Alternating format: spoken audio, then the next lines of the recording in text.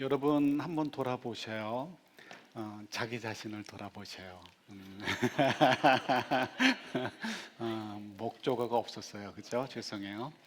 지난 1월 1일 시작하고 나서 지난 7개월 동안 나는 성장했는가? 나는 성장했는가? 한번 돌아보시는 것이죠. 왜 우리가 이런 말을 할까요? 이유는 나이가 어린 아이들만 성장하는 게 아니죠. 그거는 육체의 성장이 주된 것이고요. 모든 사람은 인간으로서 하루하루를 살아가면서 성장해야 합니다. 비록 나이를 먹어가면서 키가 오히려 작아질 수 있고 힘이 빠질 수 있고 브레인이 죽어가니까 판단력이 흩어져 갈 수 있을 수 있지만 그래도 우리는 성장해 가야 됩니다. 그것이 인간 존재로서 존재의 그 의미가 될 수 있고 가치가 될 수 있습니다. 그러나 이 성장이라는 것은 정말 쉽지 않습니다. 어렸을 때는 암만 해도 성장하는 것이 쉽습니다. 그렇지만 일정한 나이가 된 다음부터는 단지 육체의 성장만이 아니고 인격이나 신앙이나 모든 면에서 성장하는 것이 정말 어려워지는 그런 순간이 이제 다가오게 되죠. 그래서 여러분 지난 7개월을 돌아보면서 나는 지난 한 해 동안 또 7개월 동안 성장했다라고 생각하신다면 그건 여러분들 정말 잘 사신 것입니다. 내가 아무리 매주 교회 나오고 내가 아무리 많이 성경을 공부하고 목장 모임도 열심히 나가고 봉사도 열심히 하고 기도도 많이 했어도 내가 성장한 부분이 없다라고 생각한다면 정말 심각한 것이죠. 모든 것이 헛된 일이었기 때문에 그럴 수 있습니다. 물론 한국 사람들은 자기 자신에게 점수를 잘 주지 않습니다.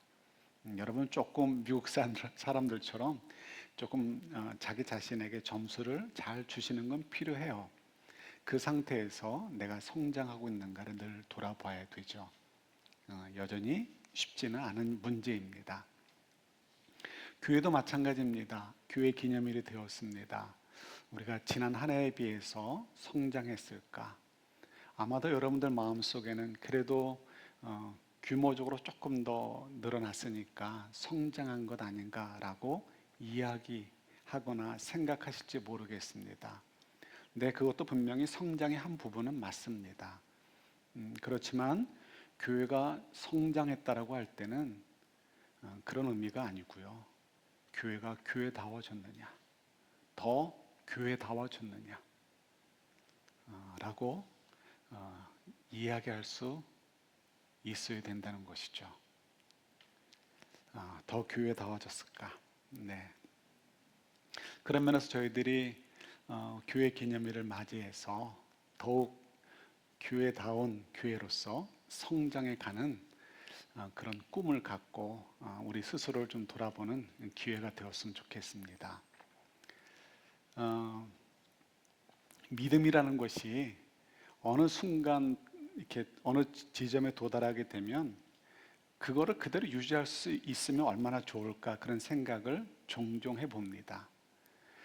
그렇지만 여러분들도 알다시피 내가 믿음의 굉장히 높은 수준에 이른 것 같이 느껴질 때도 분명히 있었을 것입니다. 기도를 했을 때 하나님께서 막 나를 터치해 주셨을 때 내가 정말 평소 같으면 상상할 수 없는 믿음의 결단으로 누군가에게 화해의 손길을 먼저 내밀었을 때 엄청난 일이죠. 굉장히 힘든 일입니다. 그럴 때 내가 이만큼 성장했나 보다라고 생각할 수 있습니다. 그러다가도 어느 순간 내 성격대로 내 감정대로 툭툭 하고 하나님 말씀 대신 내 원하는 대로 살려는 나의 모습을 보면 내가 정말 신앙이 있었나, 내가 믿음이 있었나 이렇게 또 돌아보게 될 때도 있게 되죠. 모든 일들이 마찬가지인 것 같습니다. 여러분 잘 아시는 분이 있는데요. 특히 남자분들은 다 잘 아실 텐데 펠릭스 바움가르트너라는 분이 계십니다. 사진 하나 준비했는데 한번 보여주실래요? 보시면 이 사람 아실 거예요. 누군지 아시겠어요?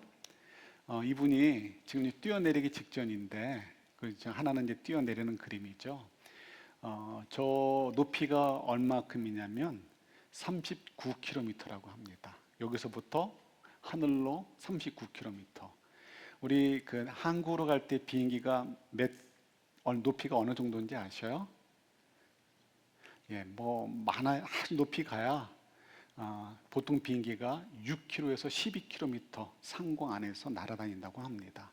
이제 전투기쯤 돼야 그보다 좀 더 높이 올라가고 일반 비행기들은 6km에서 12km 정도 높이에서 날아다닌다고 합니다. 그러니까 39km라는 건 엄청나게 높은 것이죠. 그래서 성층권이라고 하는데 저곳에서 뛰어내렸습니다. 대단한 거죠. 미친 거가 아니고 사람들한테 많은 사람들의 관심을 가지고 자유 낙하를 하게 됩니다. 뛰어내렸는데 얼마나 가속도가 붙는지 무려 이렇게 음속, 시속 1,300km인가 어디까지 나왔다고 해요. 음속을 넘는 속도로 이제 가속이 붙어서 뛰어내리게 됐다는 것이죠. 영상을 보니까 순간적으로 이분이 정신이 혼미해져 가지고 균형을 잃었어요. 그래서 막 빙글빙글 돌다가 나중에 간신히 자세를 잡는 그런 영상도 나오기도 했습니다. 저분이 그리고 성공을 했어요. 그래서 모든 사람들이 박수를 치고 야, 인간의 능력이 이만큼 된다라고 환호를 하기도 했습니다. 그런데 이분이 며칠 전에 돌아가셨어요. 왜 돌아가셨냐면 그 흔한 암으로 돌아가신 게 아니고요. 이분이 제일 잘하는 거, 하늘을 날다가 사고로 돌아가시게 되었어요. 모터 패러글라이딩이라고 하는 것 같아요. 이렇게 모터의 힘으로 날아가는 패러글라이딩, 이게 낙하산 같은 거에 뒤에 목터 달린 거 있죠. 그거 타다가 이분이 정신을 잃었는지 막 기우뚱 하다가 호텔의 수영장으로 추락을 했는데 사람들이 발견했을 때 이미 이렇게 생명을 잃었다라고 하더라고요. 우리 속담에 원숭이도 나무에 떨어질 때가 있다라고 하는 것처럼 누가 이분이 그 흔한 누구나 탈 수 있는 이 낙하산 타다가 돌아가실 줄 알았겠습니까? 지구상의 어떤 사람보다도 어떤 인간 존재보다도 하늘에서 노는 것을 제일 잘하는 분이었는데도 불구하고 39km 높이에서 음속보다 더 빠르게 낙하하는 것도 견뎌내는 분임에도 불구하고 그런 분이 어떻게 하다가 그 낙하산 타는 거 하다가 떨어져 돌아가실 줄 누가 알았겠습니까? 그죠? 어느 누구도 자신할 수 없습니다. 믿음도 마찬가지죠. 조금 전에 말씀드렸듯이 어느 누구도 믿음으로 자랑할 수 있는 사람이 없습니다. 어느 누구도요. 그죠? 그래서 예수님께서도 40일 금식 기도하실 때 누가 와서 도전해요? 사탄이. 오히려 믿음이 좋으면 좋을수록 사실은 사탄은 더 덤벼들게 되죠. 그래서 정말 누구도 나는 서 있다라고 이야기할 수 없습니다. 내가 믿음 생활을 얼마나 많이 했는데 내가 아침마다 말씀을 묵상하고 기도하는데 다 그것이 그 모든 것들이 그 사람의 그 영적인 안전도를 이렇게 보장해 주는 말을 할 수 없습니다. 그죠? 교회도 마찬가지입니다. 개인만이 아닙니다. 교회도 건물이라면 건물 사고 잘 관리하면 그냥 그럴듯한 외형을 그대로 유지할 수 있습니다. 그러나 교회는 건물이 아닙니다. 그죠? 교회는 건물과 아무 상관없습니다. 교회는 여러분들이죠. 우리죠, 우리. 그죠? 그래서 교회가 교회답게 유지하는 것이 왜 어려운가? 건물이 아니기 때문에 어렵습니다. 그래서 그러기 위해서는 어떻게 해요? 우리 자신이 그래서 우리 함께 모여서 우리 이 공동체가 이 교회 공동체가 교회답게 되기 위해서 영적으로 늘 언제나 깨어 있어야 되고 늘 긴장해야 있어야 됩니다. 그래서 이게 참 쉽지가 않습니다. 그러나 이것이 왜 중요한가? 우리 마태복음 5장 16절 말씀 한번 같이 보도록 할까요? 오늘 본문이죠. 오늘 본문 말씀 다시 한번 같이 보도록 하겠습니다. 같이 한번 읽어볼게요. 마태복음 5장 16절 말씀입니다. 같이 봤습니다.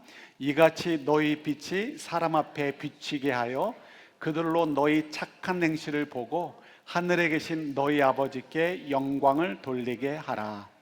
아멘. 이 말씀은 앞에서 너희는 세상의 빛이다 라고 하시고 나서 주신 말씀입니다. 교회는 그냥 건물이나 관리하면서 우리끼리 모여서 좋다 좋다 하면 되는 것이 아니고요. 교회의 존재, 이유. 그래서 교회가 교회답기 위해서는 어떻게 된다고요? 그리스도의 빛, 하나님의 빛이 우리 가운데 충만해져서 우리의 빛을 우리 주변에 어떻게 된다? 비춰야 된다는 것입니다. 그래서 교회가 교회답기 위해서는 어떻게 하든지 저와 여러분들이 하나님을 간절히 사모해서 하나님의 은혜의 빛이, 예수 그리스도의 은혜의 빛이 우리 가운데 가득하고 내 안에 가득하고 그런 저희들이 모여서 우리 가운데 가득해서 이 빛이 세상 가운데 비치도록 하는 것, 그것이 교회다운 것이라는 것이죠. 그래서 쉽지 않습니다. 그렇다면 어떻게 하면 우리가 건물은 쉽지만 실제 교회인, 진짜 교회인 우리 교회를 교회답게 잘 유지하고 또 성장하게 할 것인가? 오늘 한 가지로만 본다면 우리 열왕기하의 말씀을 가지고 좀 살펴보려고 합니다. 여러분 열왕기하 말씀에 보면 이제 여러 이야기들이 있는데 그 중에 이런 이야기가 있습니다. 열왕기하 6장 말씀에 엘리사의 이야기가 나옵니다. 그것은 이제 하나님께서 엘리사를 통해서 행하시는 일에 우리가 주목하는 것이 필요하죠. 저도 이 말씀이 굉장히 크게 다가왔기 때문에 종종 묵상하는 말씀이기도 합니다. 이스라엘 백성들이 남유다와 북이스라엘로 갈려졌어요. 그래서 이스라엘 하면 이제 북이스라엘을 얘기하는 것입니다. 근데 이 이스라엘이, 북이스라엘이 늘 언제나 남유다보다는 힘이 셌는데 그 남유다를 좀 갖고 놀았어요. 그러나 반대로 또 이 북이스라엘, 이스라엘이 힘이 충분히 세지는 않았어요. 그래서 그 위에 뭐가 있어요? 요즘 얘기하면 시리아가 있죠. 시리아가 옛날엔 아람이라고 그랬습니다. 그래서 옛날 성경엔 아람으로 표현되어 있죠. 이 아람, 이 시리아가 굉장히 큰 나라잖아요. 힘이 있죠. 그래서 언제나 이 이스라엘, 북이스라엘을 갖고 놀았습니다. 그래서 벤하닷 2세, 하다드라는 신의 아들이다 라는 의미로 벤하닷이라고 불렀는데 이 벤하닷 2세가 왕이었을 때, 그러니까 아람의 시리아의 왕이죠. 왕이었을 때 또 이 북이스라엘을 갖고 놀고 싶어가지고 또 침공을 합니다. 근데 전쟁이 만만치 않죠. 그래서 이제 머리를 써가지고 요즘 얘기로 한다면 특수부대를 어디다가 잠복을 시키는 것입니다. 그러면 이스라엘 군대가 뭐 쫄래쫄래 지금 아무것도 모르고 지나가다가 잠복해 있는 이 특수부대에 걸리면 어떻게 돼요? 몰살을 당하겠죠. 그래서 머리를 써가지고 이 특수부대를 뽑아가지고 비밀스럽게 어느 장소, 이 이스라엘 군대가 자주 왔다 갔다 하는 장소 주변에다가 잠복을 시킵니다. 그러면 이제 이놈들이 나타나면 공격해서 다 몰살시켜야지, 이런 계획을 하고 있는데요. 이상하게도 그때마다 이스라엘 백성들이, 군대들이 그것을 알고서 오히려 자기들을 공격하거나 그들의 공격을 피하는 것을 발견하게 되었습니다. 첫 번째는 운이 좋았나 보다. 두 번째는 쟤네들이 운이 정말 좋은가 보다 했는데 자꾸 그런 일이 반복되니까 이 벤하닷이라는 왕이 의심을 하게 되는 거죠. 뭘 의심을 하게 될까요? 우리 작전이 새나가나 보다. 그 우리들 가운데 누가 첩자가 있나 보다 해가지고 첩자를 골라내기 위해서 막 눈에 불을 켭니다. 그러더니 그의 신하들이 이야기를 하는 것이죠. 왕이시여, 우리 가운데 첩자가 있는 게 아니고 뭐가 있다? 우리 오늘날로 얘기한다면 이스라엘의 감청부대가 있습니다라고 얘기하는 거야. 감청부대가 뭔지 아셔요? 이제 저쪽에서 얘기하는 걸 멀리서 다 듣는 거죠. 그런 부대들이 다 있습니다. 그래서 네, 더 얘기는 하지 않고 어쨌든 간에 그런 식으로 얘기를 하는 거예요. 근데 감청 부대가 누구냐면 엘리사라는 것이죠.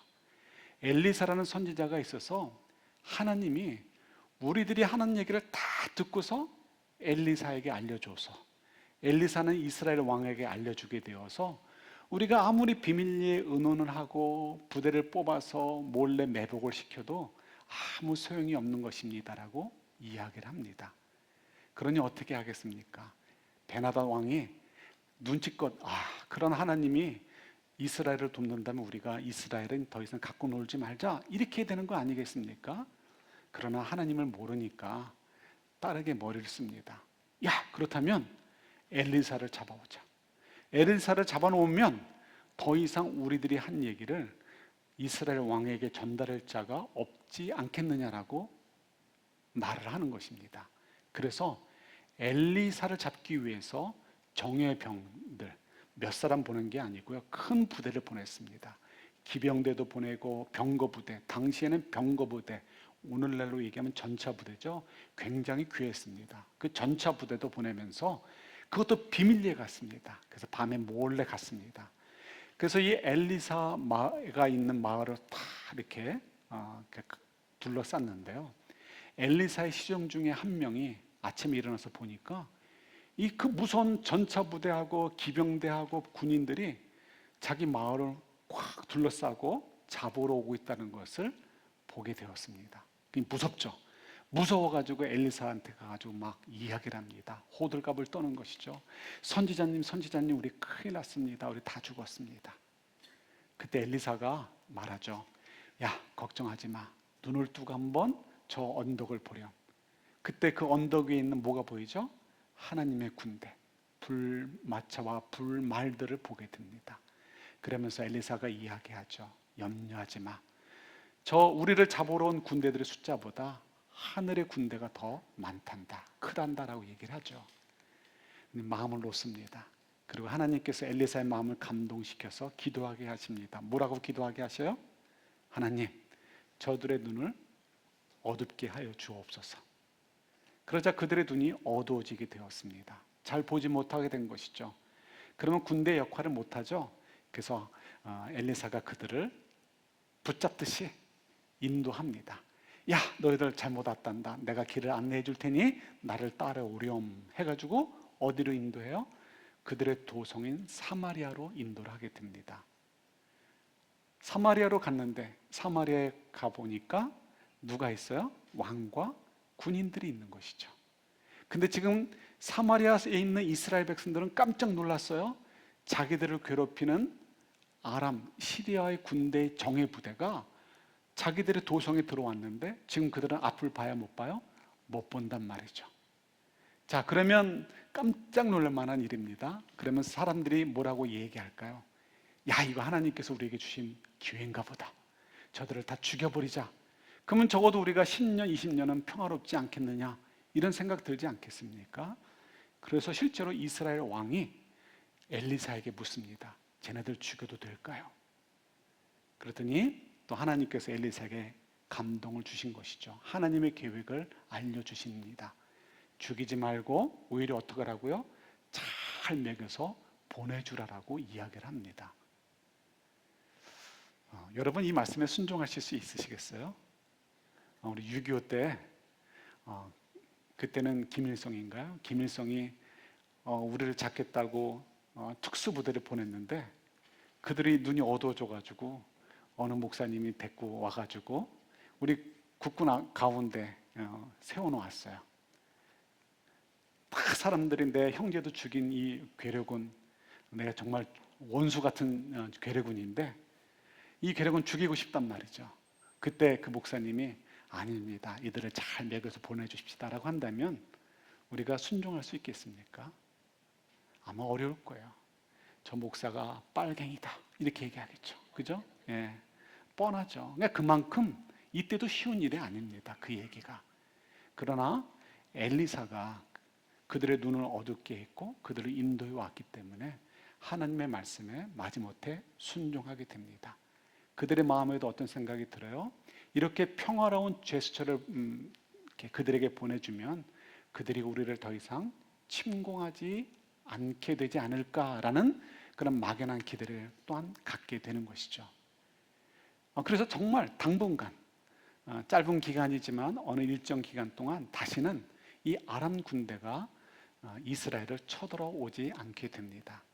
그렇게 끝나면 좋은데 얼마 지나지 않아서, 정말 얼마 지나지 않아서 또 이 아람 군대가, 이 시리아 군대가 큰 군대를 동원해 가지고 이스라엘을 또 공격해 옵니다. 공격해 와가지고 다 쓸어버리고 사마리아, 그러니까 이스라엘의 도성이죠, 북이스라엘의 도성인 사마리아를 에워쌉니다. 에워싸가지고 얼마나 힘들게 했는지 사마리아에 있는 이스라엘 백성들이 더 이상 먹을 것이 없게 되었습니다. 그래서 성경을 보면 나귀 머리 보통 사람들이 먹지 않죠. 그러나 워낙 먹을 게 없으니까 나귀 머리도 사람들이 먹기 위해서 파는데 그것이 은으로 80세겔이다라고 합니다. 그러니까 오늘날로 환상하면은 원세겔이 보통 노동자의 한 달치 임금이라고 합니다. 그러니까 정말 디스커스트라고 하죠. 역겨운 나귀 머리를 사가지고 이거라도 먹어야 되겠다라고 사는데 얼마나 돈을 많이 낸다고요? 무려 80개월치의 월급을 쏟아 부어가지고 엄청난 큰 돈을 쏟아 부어가지고 나귀 머리를 사다가 먹는다는 것이죠. 그러니까 그야말로 최고 부자들만 아니면 그것도 먹을 수 없었다는 것입니다. 그러니까 전부 다 굶어 죽게 되는 거죠. 그래서 아주 또 마음 아픈 이야기가 기록되어 있는데 그때 당시에 다들 굶어 죽게 되었으니까 아기들도 엄마 젖에서 젖이 안 나올 거 아니에요. 그러니까 아기들도 굶어 죽게 되는 것이죠. 그래서 엄마들끼리 약속을 합니다. 오늘은 우리 애기 잡아먹고 내일은 네 애기 잡아먹자. 그런 일들이 벌어지는 일이 그때 당시에 사마리아 성 안에 이루어지고 있었습니다. 그만큼 어려운 것이죠. 그러니 어려운 일이 생기면 사람들은 뭘 하죠? 자기들의 어려움을 분석하기 시작합니다. 왜 이렇게 어려운 일이 벌어지게 되었나? 누구 탓인가? 그리고 누군가를 찝어가지고 원망하고 자기들의 그런 스트레스를 풀려고 하는 것이 인간들의 본성이죠. 그래서 이 사마리아에서도 이스라엘 백성들이 그와 같이 했습니다. 누구를 원망하겠습니까? 엘리사를 원망하는 것이죠. 사실은 하나님도 원망하는 것입니다.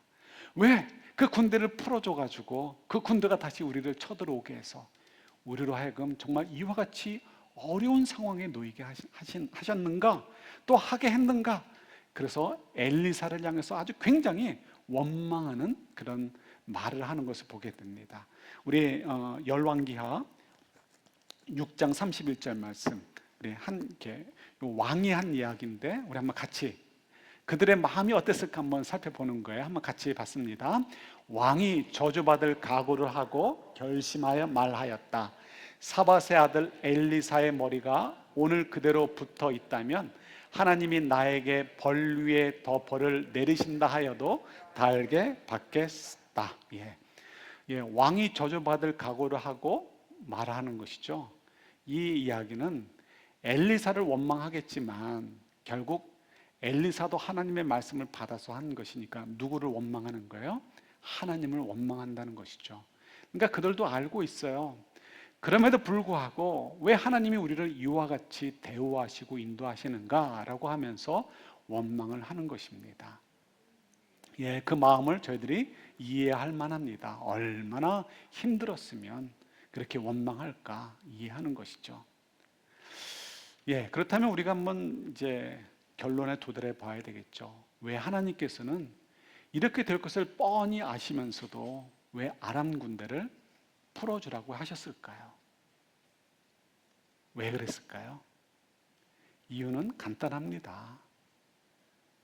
첫 번째는 이들을 풀어줘봐야, 이들을 죽여봐야 5년, 10년 혹은 20년 동안은 잠시 평화로울 줄 몰라도 결국 이스라엘은 그들보다 덩치가 큰 시리아, 아람에게 또 괴롭힘을 당하게 될 것입니다.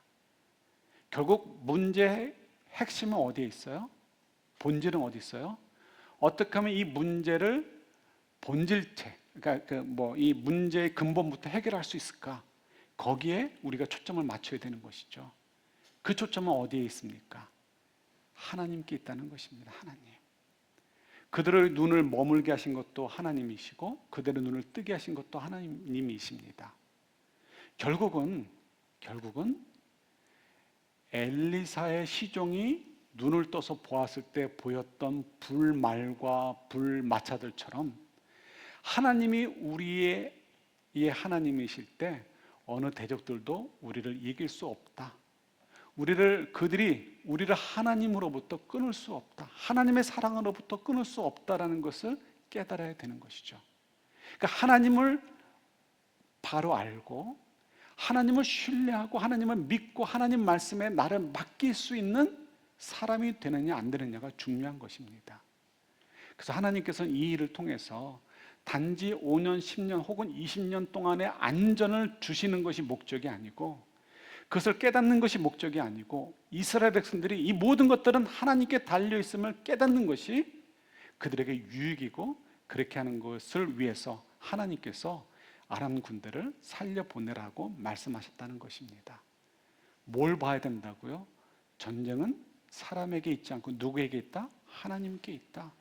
내가 오늘 살아가는 것도 누구의 손에 달려있다? 하나님께 달려있다는 것이죠. 그것을 알라라는 것입니다. 두 번째, 이스라엘 백성들이 존재하면서 중요한 것은 그들이 경제적으로 부강해지고 군사적으로 부강해지고 정치적으로 안정되는 것이 목적이 아니고 골이 아닙니다. 이스라엘 백성들이 왜 존재하죠? 창세기 12장의 말씀. 왜 아브라함에게 찾아가셔서 나를 따르라고 말씀하셨죠? 뭐가 되라고요? 세상의 복의 근원, 복이 되라고요. 그러니까 이스라엘 백성들, 북이스라엘이 존재하는 그 가치는 얼마나 경제적으로 군사적으로 부강한 나라가 되고 정치적으로 안정된 나라가 되느냐가 중요한 게 아니고요. 우리 마태복음 5장 16절의 말씀을 근거한다면 얼마나 하나님의 은혜를 깨달아서 하나님을 알아서 하나님의 빛으로 채워져서 그 빛이 세상 가운데 드러날 수 있도록 빛을 발하는 나라로 공동체로 서가느냐, 이것이 중요한 것이죠. 그래서 하나님께서는 이스라엘에 무가치하게 존재하는 것은 의미가 없습니다. 그래서 가치 있게 존재하도록 하기 위해서 자꾸만 하나님을 드러내고 하나님을 찾아가고 하나님을 맞이하고 하나님을 만나고 하나님을 깨닫고 하나님을 신뢰하고 하나님을 의지할 수 있도록 해주시기 위해서 역사 속에서 계속해서 하나님께서 일을 행하시는 것을 보게 됩니다. 그 중에 하나가 열왕기하 6장의 내용인 것입니다. 하나님께서는 뭘 원하신다고요? 하나님을 만나서 하나님을 의지할 수 있는 공동체가 되어주고 사람들이 되는 것, 그것을 원하시고 그런 말미암아 하나님의 빛을 세상 가운데 비추면서 복의 근원의 삶들, 복이 되는 삶들을 살기를, 그런 공동체가 되기를 저희들에게 기대하신다는 것이죠. 그것을 위해서 저희들이 이제 고민해야 되는 것입니다. 은혜는 아무나 나눌 수 있지 못합니다. 은혜를 경험한 사람들만이 은혜를 나눌 수 있죠. 얼마 전에 뉴스를 보았습니다. 유람선이 이렇게 우리 서 있는 거 보면 굉장히 크죠. 근데 아마도 그 이제 아빠와 딸이 사진을 찍으려고 딸아이가 난간 위에 올라갔던 것 같아요. 그러다가 삐끗해서 바다로 떨어지게 되었습니다. 근데 아빠가 조금도 주저하지 않고 뛰어내렸다는 것이죠. 그래서 그 광경을 본 사람들이 이제 배 스텝에 얘기해서 구조대가 보내서 구조를 해올 때까지 20분인가 얼마 동안 아빠는 그 어린 딸을 이렇게 물에 띄워놓고 구조대가 올 때까지 버텨야 됐다고 합니다. 자, 중요한 거는 아빠의 사랑이죠. 이 여자아이는, 딸은 아마도 평생을 살면서 그 이야기를 할 것입니다. 나는 아빠가 이렇게 나를 사랑했었어. 나는 이런 아빠를 가지고 살았어. 이런 아빠와 함께 살았어. 라고 이야기하면서 얼마나 자신감 있는 삶을 살겠습니까? 사랑을 받아본 사람이 누군가에게 사랑을 쉽게 베풀 수 있습니다. 사랑을 받아본 사람이 쉽게 상처받지 않고 끊임없이 사랑을 좀 더 베풀 수 있게 되는 것이죠. 그러기 위해서 뭐가 필요합니까? 저희들도 마찬가지죠. 우리가 하나님은 어떤 분이십니다라고 할 때 God is 뭐라고 하죠? Love라고 합니다. 예, 그죠? 보통 써 있을 때 뭐 Almighty God 뭐 이렇게 표현도 할 때도 있지만 보통은 하나님은 사랑이십니다. 하나님은 당신을 사랑하십니다라고 얘기하죠. 왜요? 하나님은 여러 가지로 표현될 수 있지만 가장 중요한 것은 우리를 사랑하시는 분이기 때문에 그렇습니다. 하나님이 아무리 큰 분이고 능력 있는 분이어도 나를 사랑하지 않는다면 아무 의미 없어요. 그죠? 배만 아프죠. 짜증만 나고. 그러나 왜 그 하나님이 우리에게 소중합니까? 나를 사랑하시는 분이기 때문에 그렇죠.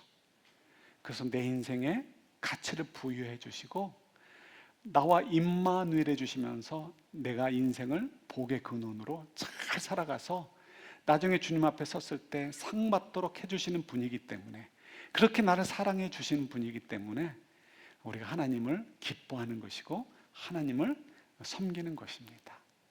우리가 이렇게 하나님을 알게 된다면 어떻습니까? 우리가 이런 하나님을 나타내고 싶고 자랑하고 싶게 되는 것이죠.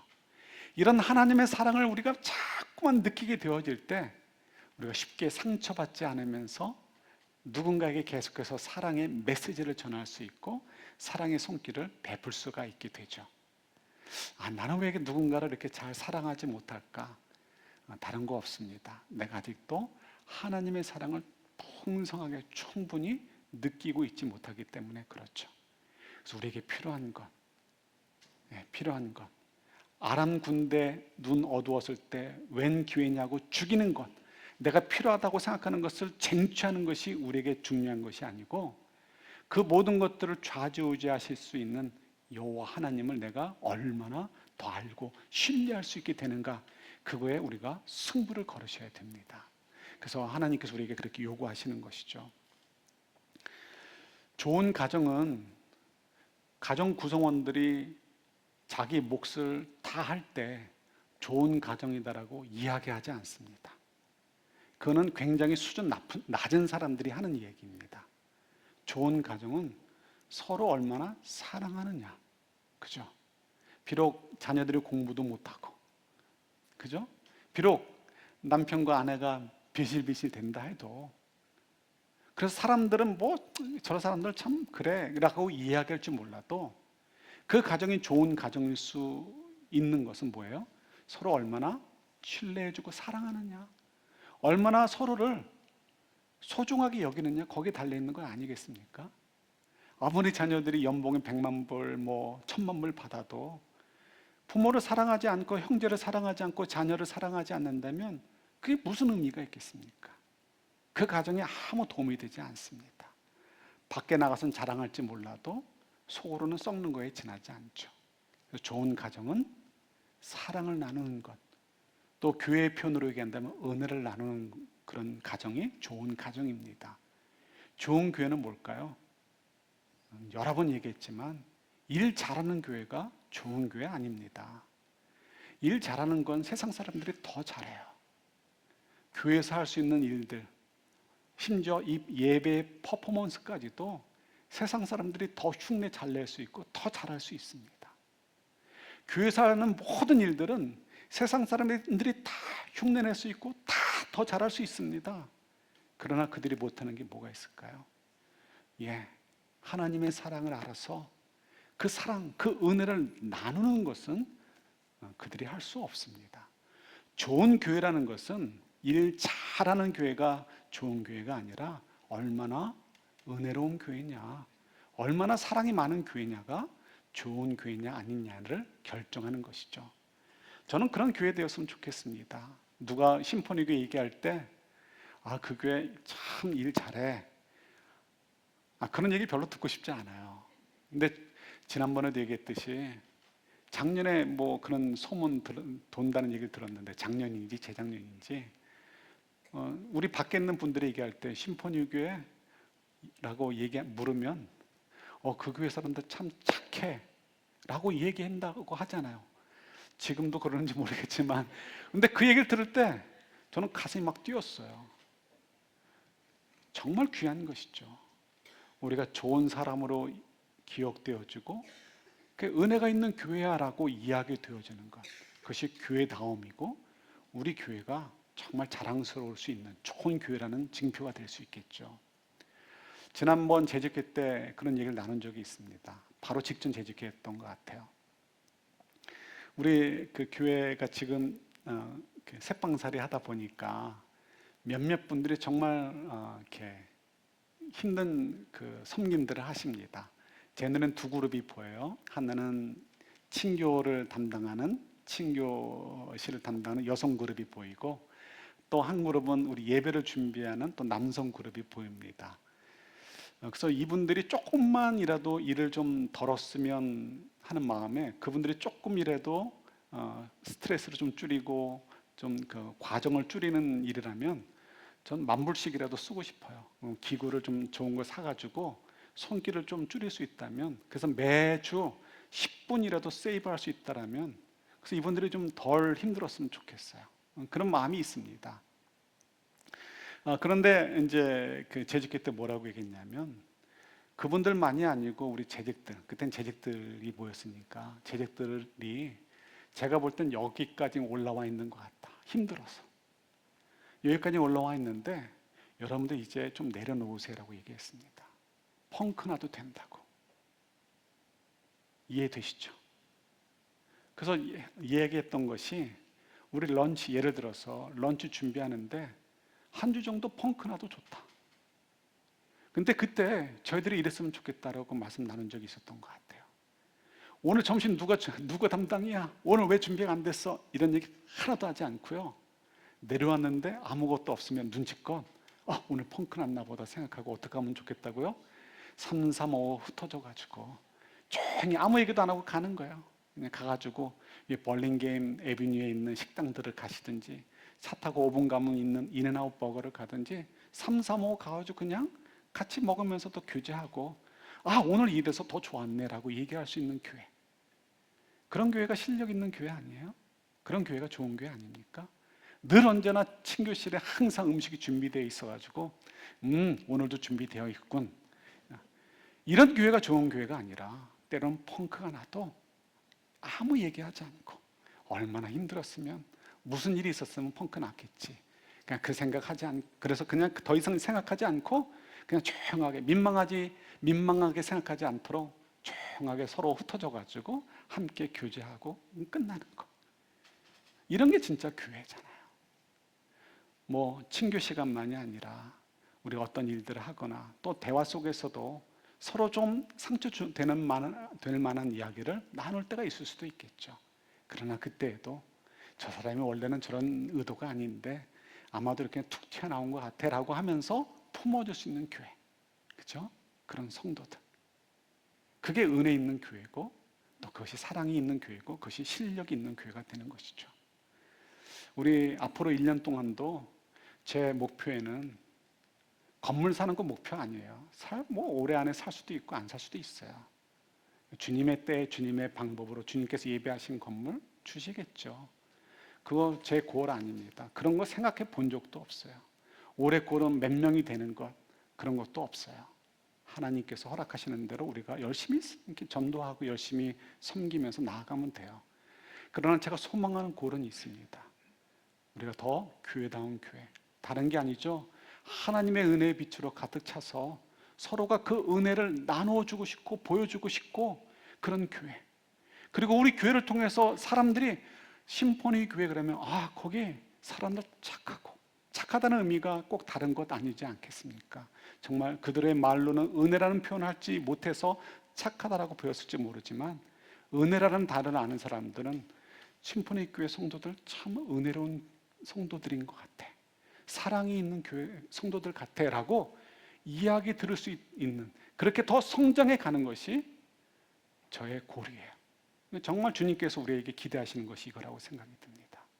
그래서 여러분, 이 한 해 동안에 다른 거 하나님께서 각자에게 주신 또 도전들이 있겠지만 우리 교회 전체적으로는 뭐라고요? 어떻게 하면 우리가 더욱 교회답게 하나님의 은혜를, 하나님의 사랑을 빛으로 영향을 끼치고 비출 수 있는 교회가 될 것인가, 그것을 위해서 우리 함께 달려가는 저희들이 될 수 있기를 우리 주님의 이름으로 축원합니다. 하나님 아버지, 저희들은 하나님만을 신뢰합니다. 그 은혜를 사모합니다.